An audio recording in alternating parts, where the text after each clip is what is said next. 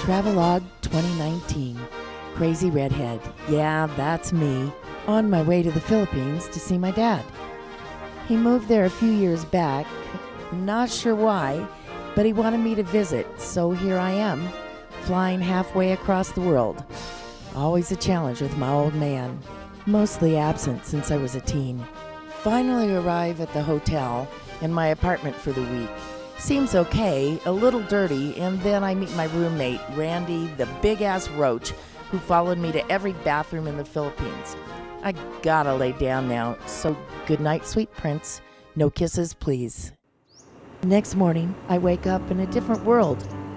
Dad lives in an apartment here at the Oasis Hotel among a large community of retired U.S. veterans, including his friends Dan, Captain Chris, Gordon, and Steve.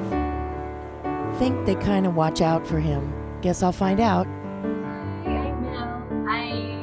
I take care of all the apartments here at the Oasis. I'm taking care of Sir Buddy also. Dad's honorary chaplain at a local Baptist church. He did tell me he wanted me to sing while I was here, so we're off to church the very first morning. The minister picks us up and off we go. On the drive over, he says, "So you're prepared to do a 45-minute show, right?" "Excuse me," I say, and he repeats himself. "Your father said you were ready." Surprise! Dad strikes again. So, after church and my 45-minute concert, we're off to lunch, riding in one of the famed motorcycle taxis. Woo-hoo! Loud and kind of scary.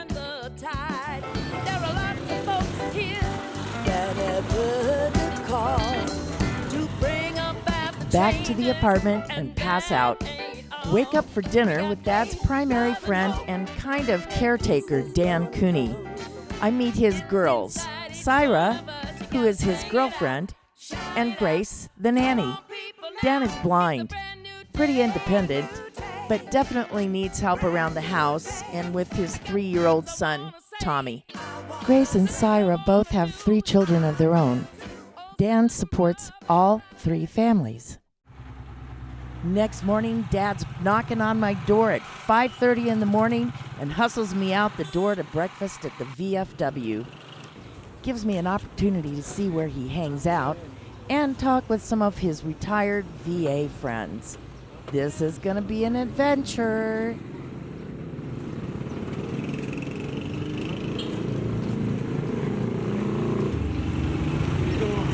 Thank you. Hi, thank you. Dad, thank you, man. We're going to go in here now. Okay. Okay. You walk in, Dad. Morning. Good morning.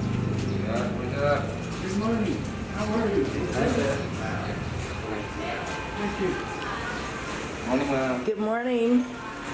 Come on through. My daughter coming this way. My daughter Lydia. Hi. Okay. So we're going to put them right here. What brought you to the Philippines? A plane. A plane brought you to the Philippines. What brought us And of course we have the comedian with us today, yeah? Ronnie? My job brought me here, sort of. I like it here. I don't plan to leave. And don't plan to go back to the U.S. I have a 7-year-old kid. And when they were making the move, I was married to a they Filipino. drank at his bar That after didn't work. work out, but And he, I have a 7-year-old yeah, daughter. but he sat right here for a long, long time. He died a few years ago. Stepdaughter. But they buried him out there, and he had on the side of his casket in Irish. Turned out good. I first arrived here in 1957 from, at that time we were in Formosa. I met my present wife in 2000 and we were married at that time, and I've been here ever since. I've been coming to the Philippines since 1979 in the course of my profession as an admiralty solicitor. And then I met Jade many, many years ago in around 2009 or thereabouts, and took her flying, and then we got together, and the first baby, Eileen, came along 1 year and 7 months ago, and now Eddie, who's 7 months old. So I've adopted the whole family. That's a family of 5, and they live close by here. We have lots of fun together. Next morning at 4 a.m., we're off to historic Corregidor Island, where General MacArthur and Allied forces tried to defend the Philippines against the Japanese in World War II. On the ride to the ferry and across the bay, Dan and I have a conversation about World War II, Corregidor, and the current state of education and poverty in the Philippines. It's so connected. The long foreign military presence here has profoundly affected and influenced the culture in the past and now. As confusing as my dad's and his friends' lifestyles are to me, I was hearing stories of family and community not apparent on the surface. We camp overnight on Corregidor with the chickens and the monkeys in the yard, and I take the tour.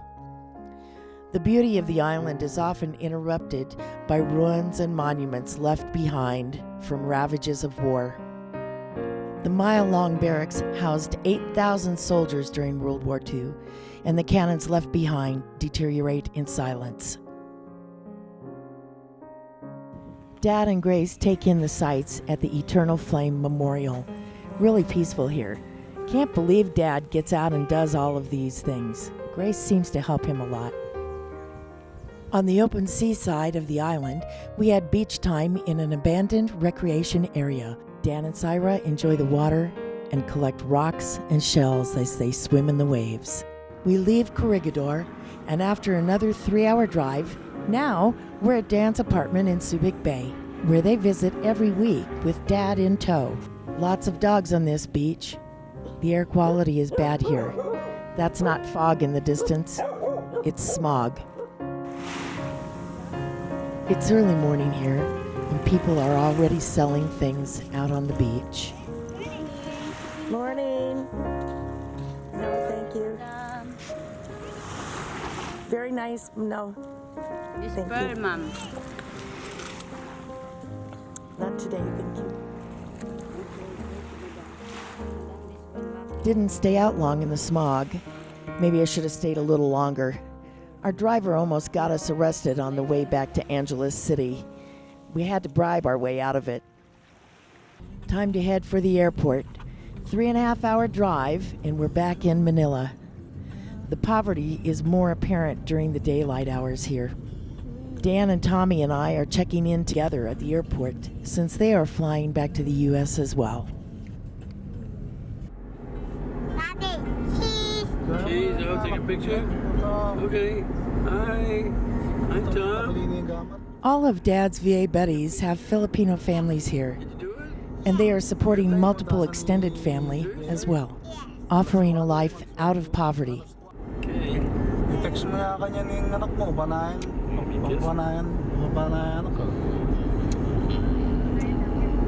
Wow. That was the best part about the picture. The closer we get to the airport, more high-rise, opulent buildings and hotels surround us. What a contrast to most of the country's living conditions. I see why you're here, Dad. Family, community, and you're happy. Glad I came to visit. Till next time, I do love you. All is left us was alone.